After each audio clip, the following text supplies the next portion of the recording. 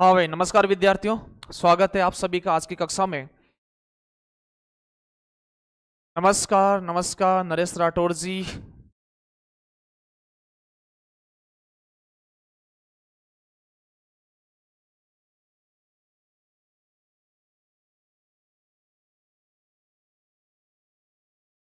जय हिंद, जय श्री कृष्णा, राधे राधे। चलिए, आपका अभिवादन स्वीकार कर लिया है और शुरुआत करते हैं आज की कक्षा की। आज अपना विषय है, अपन एनसीईआरटी को पढ़ रहे हैं और सीरीज के फूल के आज अपन वस्तुनिष्ठ प्रश्न को हल करने वाले हैं। आचार्य हजारी प्रसाद द्विवेदी सीरीज के फूल निबंध लिखते हैं और आचार्य हजारी प्रसाद द्विवेदी का जो निबंध है सीरीज के फूल, आपको पता है कि यह सीरीज के फूल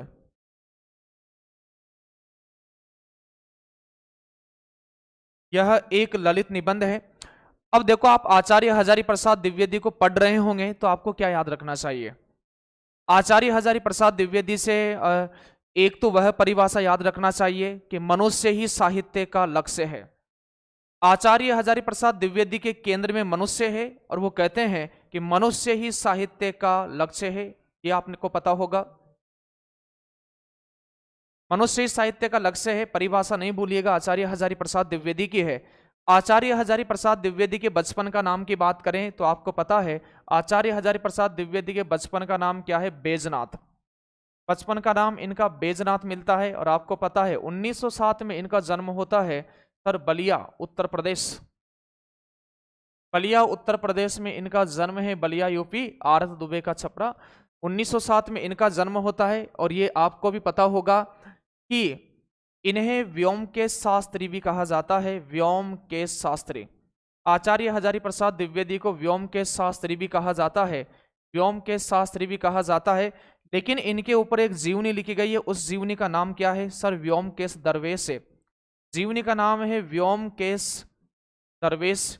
व्योमकेश दरवेश इनके ऊपर एक जीवनी लिखी है, बताइए किन्होंने लिखी है। व्योमकेश दरवेश इनके ऊपर जो जीवनी लिखी है वह लिखी है विश्वनाथ त्रिपाठी ने। ये क्या है, जीवनी विधा है, जीवनी विधा है और लिखने वाले हैं विश्वनाथ त्रिपाठी, विश्वनाथ त्रिपाठी।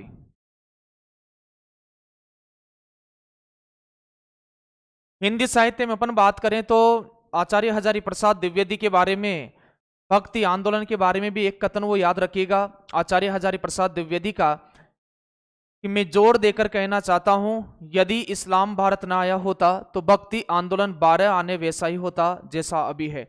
यानी आचार्य हजारी प्रसाद द्विवेदी परंपरा बोध की बात करते हैं, निरंतरीय बोध की बात करते हैं, स्वतः स्फूर्ति की बात करते हैं।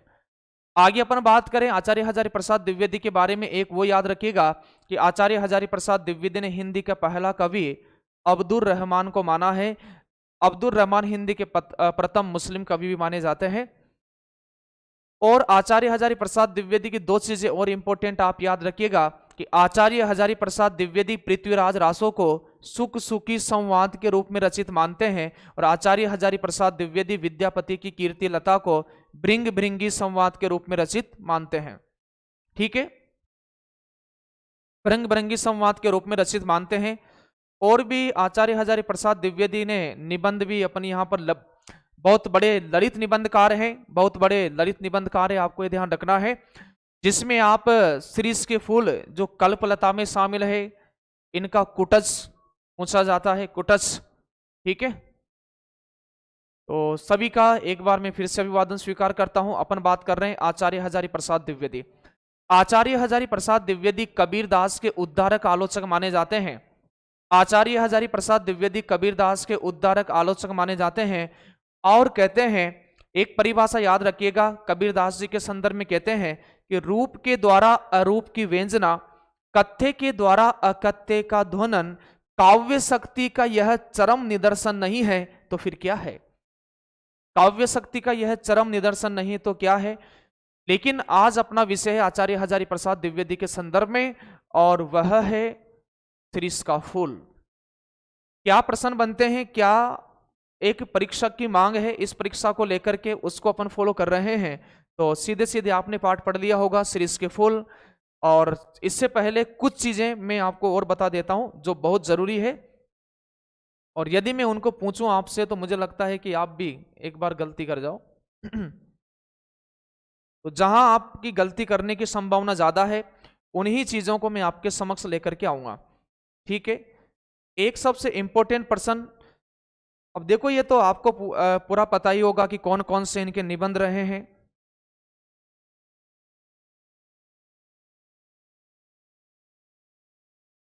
आप मुझे ऐसा करिएगा, जब तक मैं बता रहा हूं, जिसको निबंध याद है निबंध लिख के भेज दीजिएगा, उपन्यास याद है उपन्यास लिख करके भेज दीजिएगा आचार्य हजारी प्रसाद द्विवेदी के।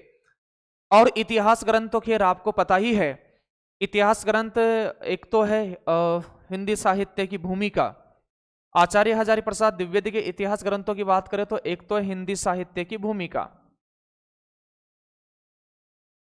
हिंदी साहित्य की भूमिका, हिंदी साहित्य की भूमिका इन्होंने कब लिखी? हिंदी साहित्य की भूमिका इन्होंने 1940 में लिखी है, 1940। ये प्रश्न इंपॉर्टेंट इसलिए हो जाता है क्योंकि रीति काल की भूमिका डॉक्टर नगेंद्र लिखते हैं। रीति काल की भूमिका कौन लिखते हैं? तो रीति काल की भूमिका डॉक्टर नगेंद्र लिखते हैं। रीति काल की भूमिका कौन लिखते हैं? डॉक्टर नगेंद्र।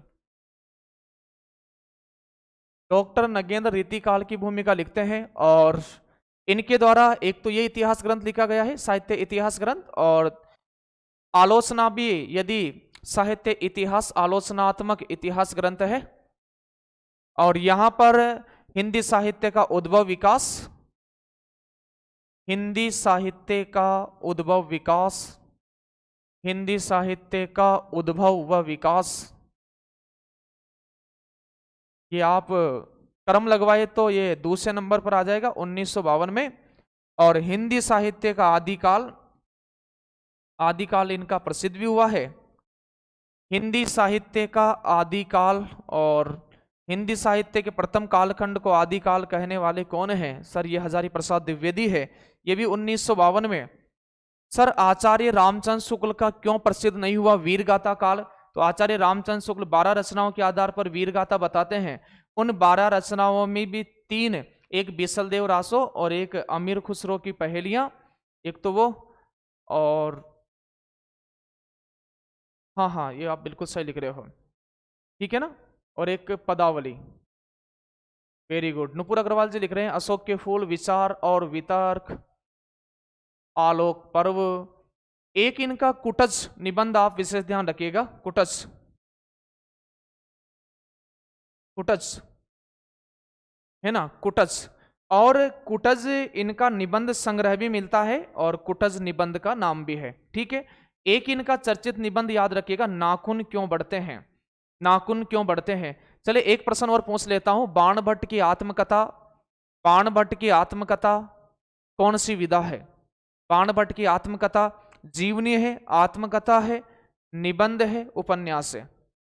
बाण भट्ट की आत्मकथा। फिर अपन इस विषय को प्रारंभ करते हैं, आप आंसर दीजिएगा। कुछ इंपॉर्टेंट तथ्य मैं और लिख देता हूं यहां पर।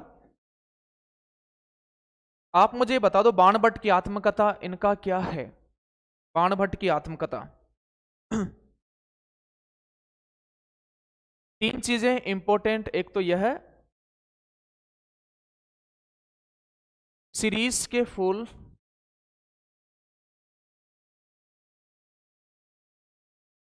फूल लेखक का ललित निबंध है, ललित निबंध है।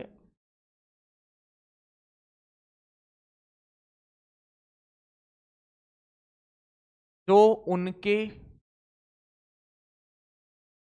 जो उनके कल्पलता, कल्पलता निबंध संग्रह से उद्धृत है, कल्पलता से उद्धृत है।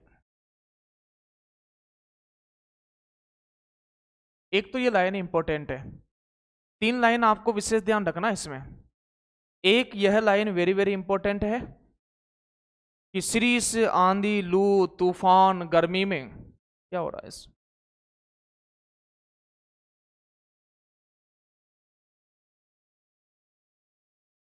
वेरी गुड वेरी गुड, शाबाश शाबाश शाबाश, उपन्यास, वेरी गुड। तो यहां पर शीरीष का फूल गर्मी, आंधी व लू की प्रचंडता के बावजूद लहकता रहता है। ध्यान रखिएगा, शीरीष का फूल, शीरीष का फूल गर्मी, आंधी, तूफान। शीरीष का फूल गर्मी, आंधी, तूफान, लू आदि में भी लहकता रहता है। लू की प्रचंडता के बावजूद, लू की प्रचंडता के बावजूद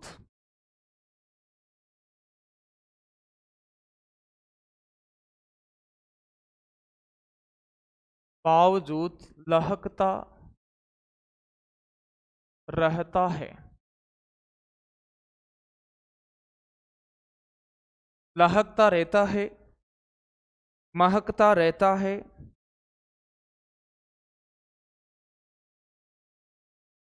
महकता रहता है। यह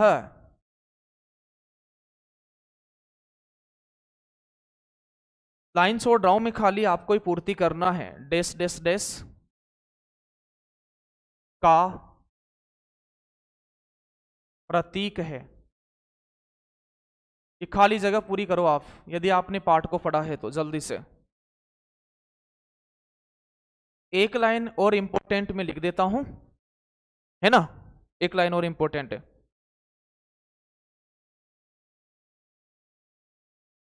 खाली जगह छोड़ देता हूं पहले। अधिकार लिप्सु राजनेताओं का प्रतीक है। अधिकार लिप्सु राजनेताओं का प्रतीक है।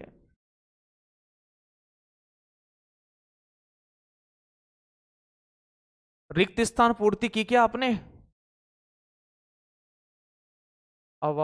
अवधूत का प्रतीक है, अवधूत का प्रतीक है, गांधी जी का प्रतीक है, गांधी जी का प्रतीक है,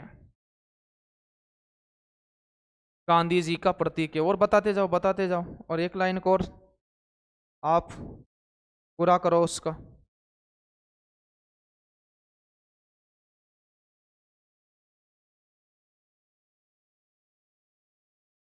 राजनेताओं का प्रतीक है जो आसानी से अपनी जगह नहीं छोड़ते। प्रतीक है जो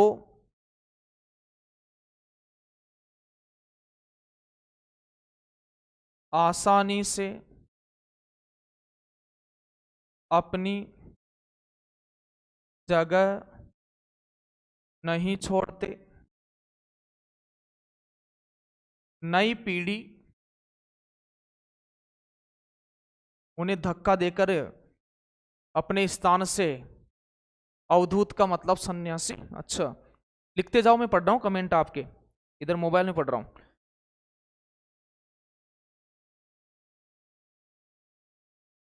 नई पीढ़ी उन्हें जोर जबरदस्ती, उन्हें जोर जबरदस्ती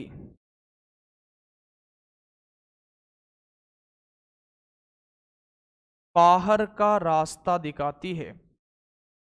बाहर का रास्ता दिखाती है। अब यहां तो मैं आपको दो विकल्प दे रहा हूं, इसमें तो यहां मैं दो विकल्प दे रहा हूं। एक विकल्प दे रहा हूं यहां पर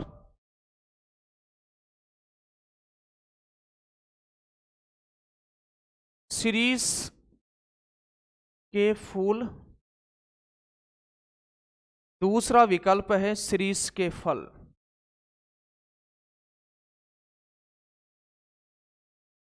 इस लाइन में तो दोनों विकल्पों में से आपका चयन करना है। पहले की बात करें, सर जी बहुत दिन बाद क्लास हो रही है। बिल्कुल क्लास अब रेगुलर रहेगी। अब आपका किस तरह का प्रेम सहयोग मिलता है, क्योंकि मैं पूरी तरह से तैयार हूं।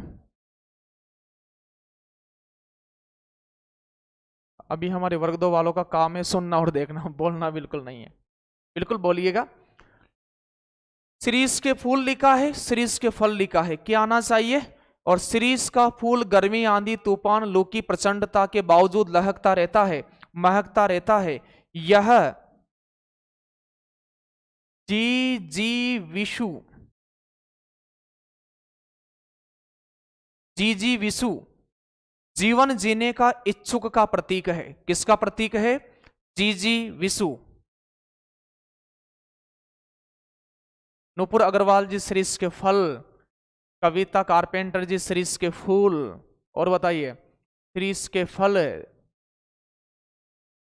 ध्यान रखिएगा इसका। शिरीष का फूल गर्मी आंधी तूफान लू की प्रचंडता के बावजूद लहकता रहता है, महकता रहता है। यह जीवन जीने का इच्छुक, एक तो होता है जीजी विसा, जीजी विसा जीवन जीने की इच्छा है, जीवन जीने की इच्छा है।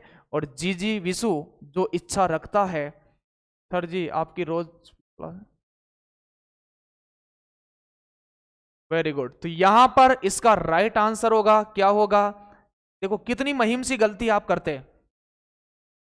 आप यही लगाते अधिकतर व्यक्ति, लेकिन कुछ विद्यार्थियों ने बहुत सोच समझ करके बड़ा सही आंसर दिया है। तो ये तो नहीं होगा, क्या होगा? शिरीष के फल अधिकार लिप्सु राजनेताओं का प्रतीक है। फल, ये ध्यान रखना, फल फल।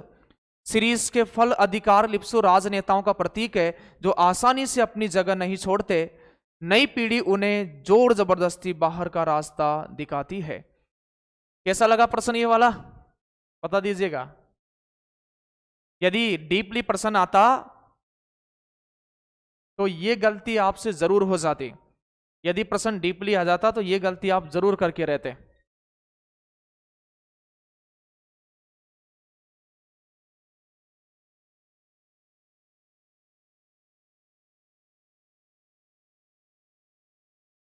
बिल्कुल लगभग यही रहने की। चलिए अब आ जाते हैं अपन सीधे प्रश्नोत्तरी पर। दो चीजें मैं आपको बता देता हूं। ऑनलाइन क्लास से तो डाउनलोड करें वर्तिका क्लासेस ऐप, और ये ऑनलाइन है तो यहां संपर्क करें। और एक जगह नंबर और लिखे होंगे जो ऑफलाइन क्लासेस के नंबर है राकेश सर के, आप वहां इस पीपीटी में आपको मिल जाएंगे। आगे प्रश्न ये रहा, शिरीष के फूल के रचयिता है हजारी प्रसाद द्विवेदी, महावीर प्रसाद द्विवेदी, डॉक्टर स्मिता चतुर्वेदी, जैनेन्द्र। बताइएगा क्या आंसर होगा?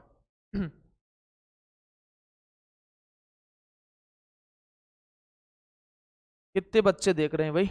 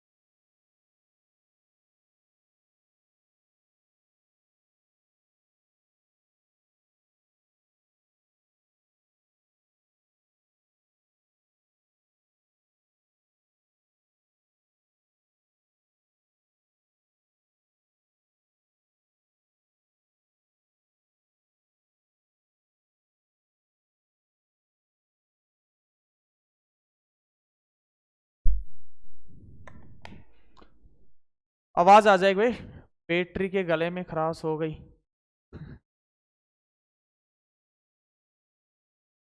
अब आवाज आ गई क्या? हाँ, आवाज नहीं आ रही भाई, नहीं आ रही। आ जाएगी आवाज। इसका आंसर क्या हो जाएगा? कल्पलता। क्या आंसर दे रहे हो आप? तीसरे का सी। अगला प्रश्न देखिएगा।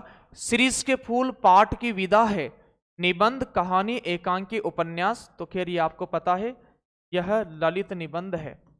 यह ललित निबंध है।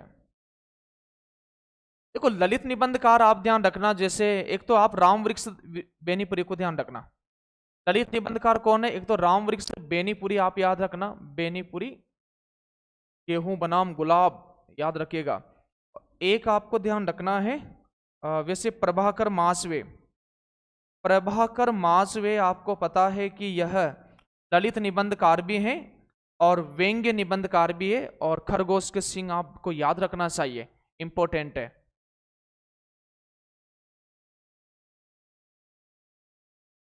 द्विवेदी जी का निधन किस वर्ष हुआ? निधन किस वर्ष हुआ बताइएगा। इससे प्रश्न आते नहीं है, लेकिन ये टाइपिंग हो गया तो इसका आंसर भी आप दे दीजिएगा।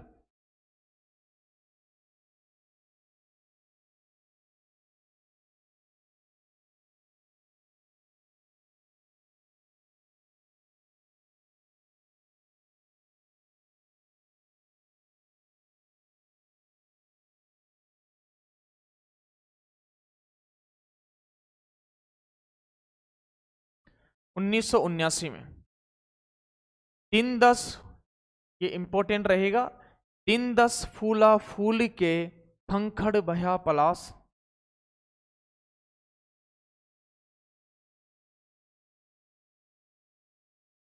दिन 10 फूला फूल के, खंखड़ भया पलास। किसका कथन है? तुलसीदास का, सूरदास का, द्विवेदी जी का, कबीरदास का। छठे प्रश्न का आंसर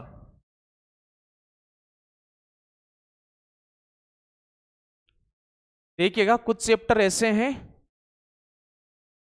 जहां आपको बड़ी शिकस्त करनी पड़ेगी चीजों को एकत्र करने में, और जितना आप कर पाओ, आपके पास मैटर है। अभी आपका ध्यान पूरा उस पर होगा, लेकिन जितना भी है उसको आप कर लीजिएगा, और धीरे धीरे चीजें अच्छी हो जाएगी।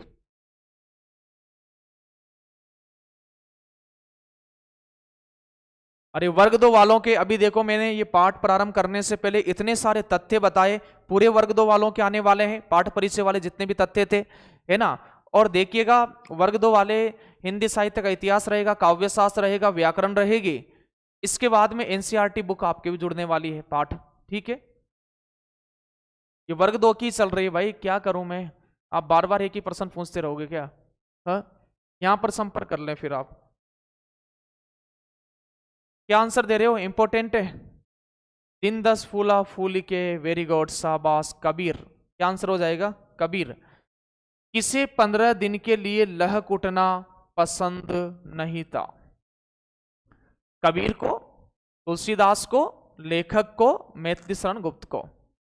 किसे 15 दिन के लिए लहक उठना पसंद नहीं था?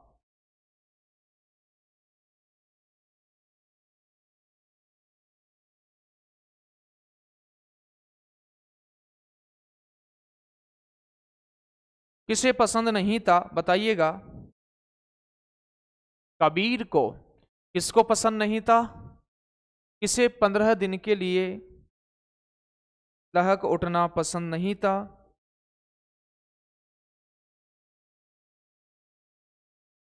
कबीर को। उमस और लो में कौन सा पेड़ कालजयी अवधूत की भांति अजय है?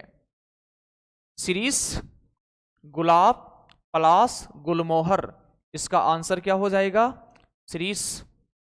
लेखक के अनुसार कवि बनने के लिए क्या बनना पड़ता है? यह भी अच्छा प्रश्न है। किस पाठ के आधार पर? शिरीष के फूल पाठ के आधार पर लेखक के अनुसार कवि बनने के लिए क्या बनना पड़ता है? फक्कड़, विद्वान, सुखी, दौलतमंद।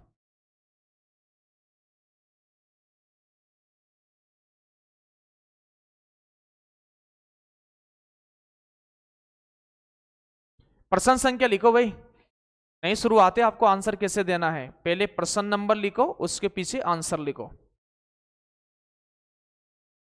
9 का राइट आंसर हो जाएगा फक्कड़।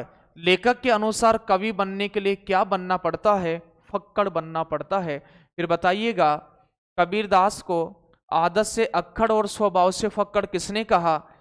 कबीर की भाषा के बारे में, इनकी भाषा तो बाई प्रोडक्ट है, खलवे का माल है, कौन कहते हैं।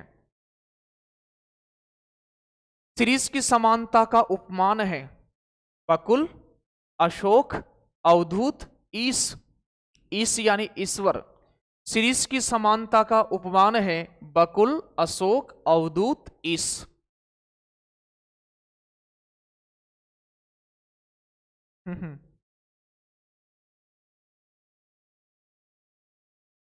हाँ बिल्कुल, हजारी प्रसाद द्विवेदी, शाबाश।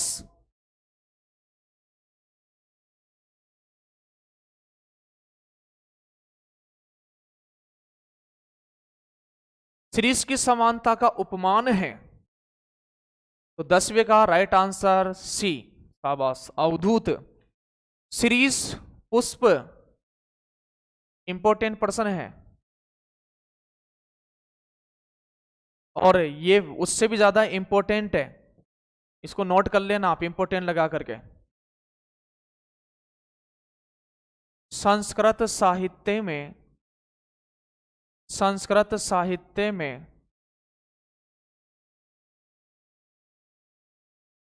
शिरीष के फूल को, शिरीष के फूल को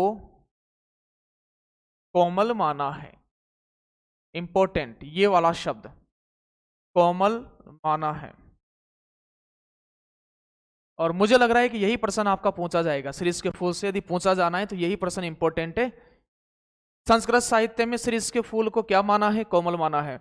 और लेकिन ये पंक्ति भी बहुत अच्छी है कि शिरीष का पुष्प केवल भौरों के पदों का कोमल दबाव सहन कर सकता है, पक्षियों का बिल्कुल नहीं। तो बताओ, भौरों के पदों का दबाव तो सहन करेगा लेकिन पक्षियों का नहीं करेगा। किसका कथन है, द्विवेदी जी का है, वात्स्यायन का है, कालिदास का है, उद्भट का है।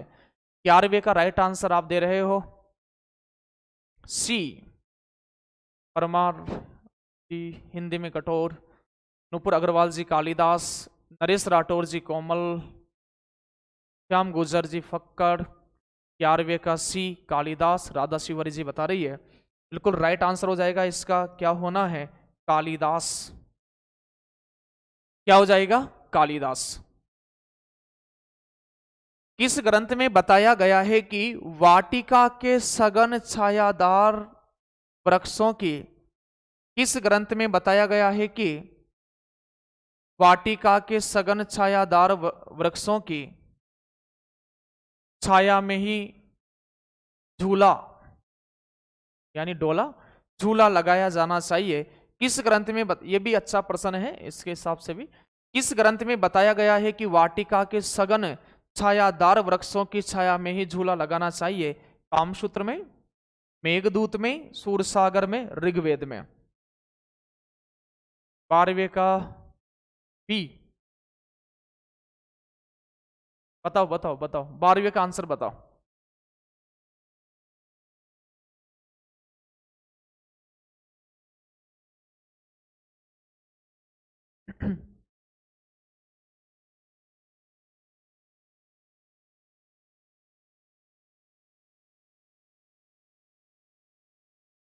किस ग्रंथ, ग्रंथ पूछा है भाई, किस ग्रंथ में बताया गया है कि वाटिका के सघन, वाटिका के सघन छायादार वृक्षों की छाया में झूला लगाना चाहिए।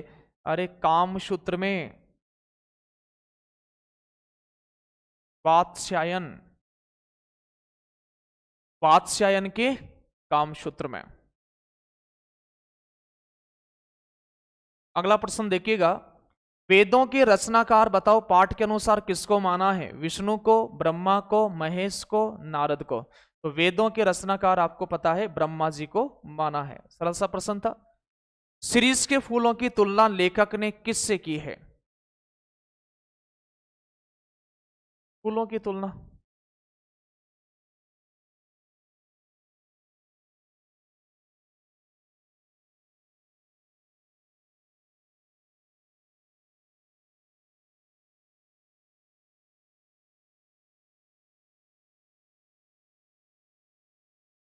चलिए अब जाकर सही हुआ है।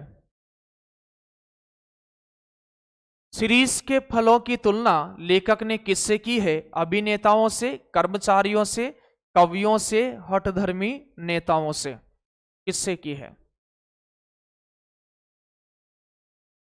फलों की है ना। तो इसका राइट आंसर आपने लगभग सभी ने सही आंसर दिया है इसका। तो फिर हाँ, लगभग हठधर्मी नेताओं से। जबरदस्ती मतलब हटाना पड़ता है। द्विवेदी जी ने जगत के अति परिचित और अति प्रामाणिक सत्य किसे कहा है? जरा और मृत्यु को। जरा यानी बुढ़ापा, बुढ़ापा। और एक और जरा आता है, पास वो आने लगे जरा जरा, तो फिर ये वाला, इसका अर्थ होता है थोड़ा, थोड़ा। जरा, ये जो ज है, जैसे आपको पता है कि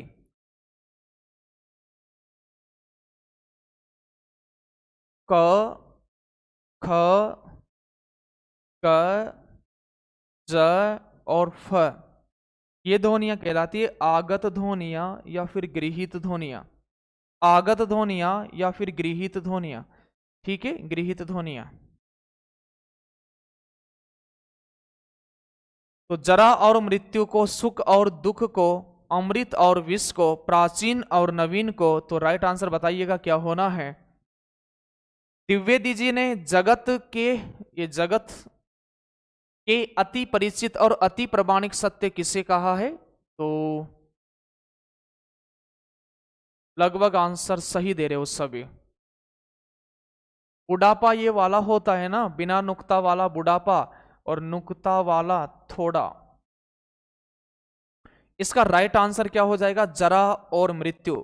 बुढ़ापा और मृत्यु संसार के अति परिचित और अति प्रमाणित सत्य है, ये लेखक कहते हैं। सभी का ही सही आंसर है।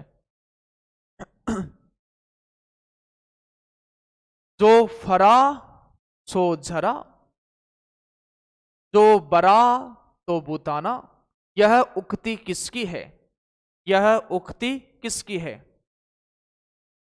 जो पका वो झरा भी है, और जो बूढ़ा हुआ वो मरा भी है।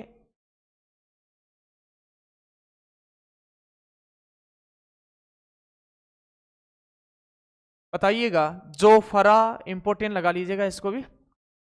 आप 5-7 प्रश्न को सिलेक्ट कर लेना फिर, क्योंकि इतना समय नहीं बचा है कि बार बार आप पढ़ते रहोगे। एक पार्ट में से 5-7 प्रश्नों को ध्यान रखना आप, जहां मैं स्टार बना रहा हूं।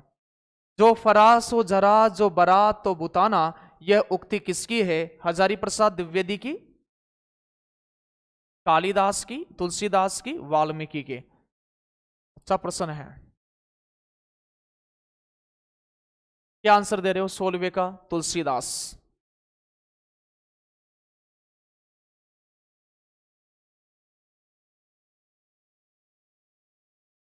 राइट आंसर क्या हो जाएगा? तुलसीदास। क्या होना है? तुलसीदास। न ऊधो का न लेना, न माधो का न देना, किसके विषय में कहा गया? शिरीष के विषय में, अशोक के विषय में, पुन्नाग के विषय में, अरिष्ट के विषय में। न ऊधो का लेना, न माधो का देना, किसके विषय में कहा गया? किसके विषय में कहा गया है?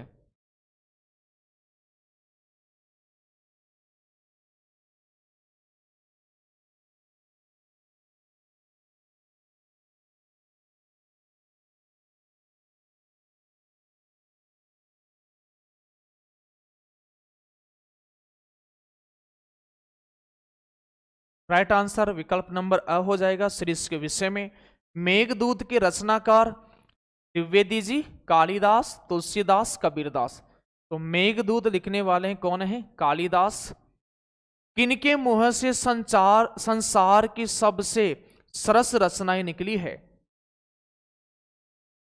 किसके मुंह से संसार की सबसे सरस रचनाएं निकली है? भाटों के, राज्याश्रित कवियों के, अवधूतों के, आधुनिक कवियों के। पाठ के आधार पर बताना है किनके मुंह से संसार की सबसे सरस रचनाएं निकली है, पाठ के आधार पर बताना है।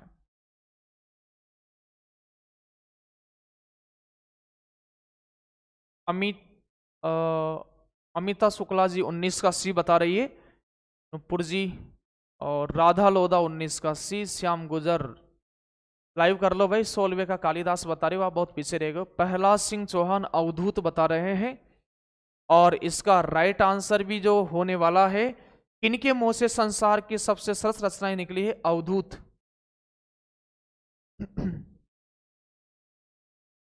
द्विवेदी जी के अनुसार सौंदर्य के बाह्य आवरण को भेद कर उसके भीतर तक कौन पहुंच।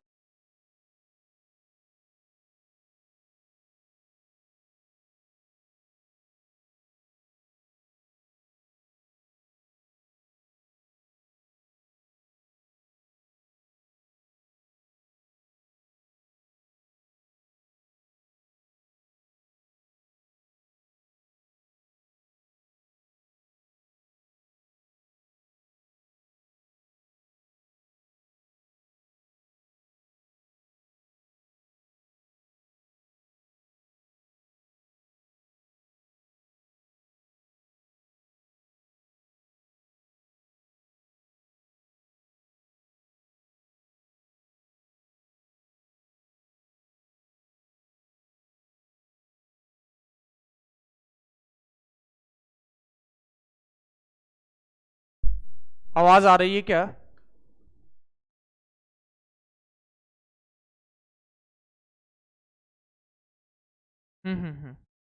आगे की आवाज वही।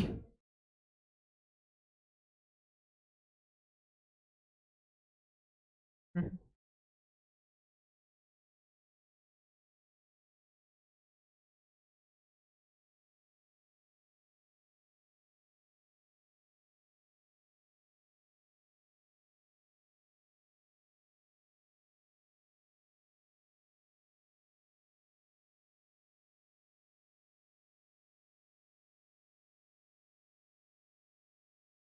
तो 20वां प्रश्न था, द्विवेदी जी के अनुसार सौंदर्य के बाह्य आवरण को भेद कर उसके भीतर तक कौन जा सकते थे? इसका राइट आंसर हो जाएगा कालिदास जा सकते थे। कौन जा सकते थे? कालिदास जा सकते थे।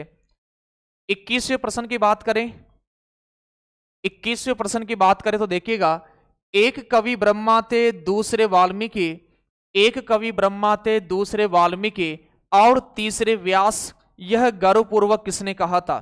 कालिदास ने, विज्जिका देवी ने, सरस्वती ने, धन्या देवी ने? बताइएगा किसने कहा था। और यह भी इसमें प्रसंग आता है कि ब्रह्मा जी ने तो वेदों को लिखा। एक प्रसंग यहां पर वाल्मीकि ने, आपको पता है, रामायण लिखी। व्यास, व्यास यानी वेद व्यास, महाभारत। और विज्जिका देवी कर्नाट राज की प्रिया। तो इसका आंसर क्या होगा? एक कवि ब्रह्मा थे, दूसरे वाल्मीकि और तीसरे व्यास। और यदि इसके अलावा कोई कवि होने का दावा करता है ना, तो मैं कर्नाट राज की प्रिया विज्जिका देवी उस पे वाम चरण रखती हूं। पता है आपको क्या कहा था? विज्जिका देवी कहती है कि एक कवि ब्रह्मा थे, दूसरे कवि वाल्मीकि और तीसरे, ये डिमोटिवेट कर दिया कवियों को इन्होंने, है ना, डिमोटिवेट, कि तीन ही कवि हुए हैं, यदि इसके अलावा कोई कवि होने का दावा करता है तो मैं कर्नाट राज की प्रिया विज्जिका देवी उस पे वाम चरण रखती हूं। ठीक है। तो राइट आंसर आपने सभी ने बता ही दिया है, इसका आंसर हो जाएगा विज्जिका देवी। कर्नाट राज की प्रिया का नाम क्या था? विज्जिका देवी। कर्नाट यानी क्या है? कर्नाटक।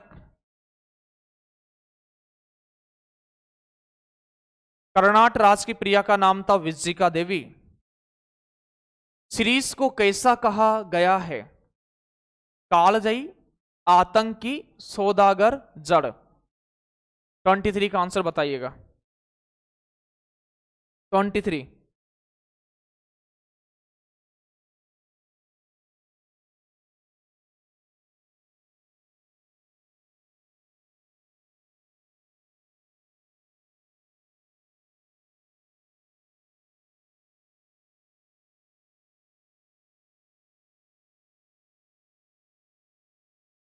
इसका आंसर हो जाना है विकल्प नंबर अ। सीरीज को कैसा कहा गया? कालजयी कहा गया। पुराने कवि किस पेड़ में दोलाओं को लगा देना चाहते थे? हाँ, ये अच्छा प्रश्न है। पुराने कवि किस पेड़ में दोलाओं को लगा देना चाहते थे? अशोक, शिरीष, अमलतास, बकुल। दोला, झूले, झूले। पुराने कवि किस पेड़ में दोलाओं को लगा देना चाहते हैं? अशोक, शिरीष, अमलतास, बकुल। 24वें का आंसर क्या होगा? 24।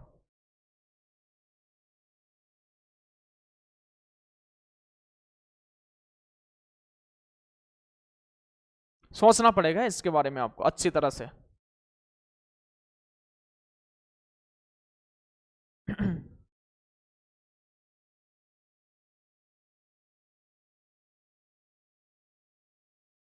इसका आंसर होगा बकुल।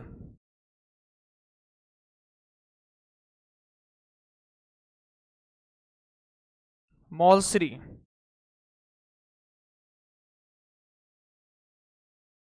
पुराने कवि किस पेड़ में दोलाओं झूलों को लगा देना चाहते हैं? बकुल यानी मौलश्री के। पाठ को पढ़िएगा, पाठ को, तब आपको समझ में आएगा। महाभारत के रचनाकार बता दीजिएगा कौन है? वेदव्यास। शिरीष के वृक्ष कैसे होते हैं? छोटे और छायादार, बड़े और घने। और एक सूचना मैं दे देता हूं कि ऑफलाइन क्लासेस की जानकारी यदि चाहिए, ऑफलाइन भी बहुत जबरदस्त तरीके से माहौल बना है गुना की धरती पर, और प्रेम और इसने इतना जबरदस्त मिल रहा है बच्चों का, तो आप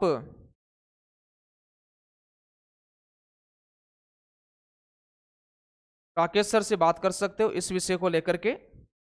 यदि आपको ऑफलाइन क्लासेस की जानकारी, हालांकि राकेश सर अभी भी आपके समक्ष इसके बाद कक्षाएं शायद उनकी, ऑफलाइन क्लासेस की जानकारी के लिए आप कॉल कर सकते हो राकेश सर को 9407228030।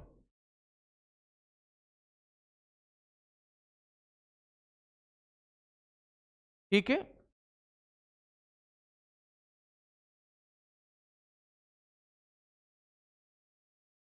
शिरीष के वृक्ष कैसे होते हैं? इसमें भी आप गड़बड़ कर रहे हो। बहुत सारे विद्यार्थी तो गलत आंसर दे रहे हैं, कुछ सही आंसर दे रहे हैं।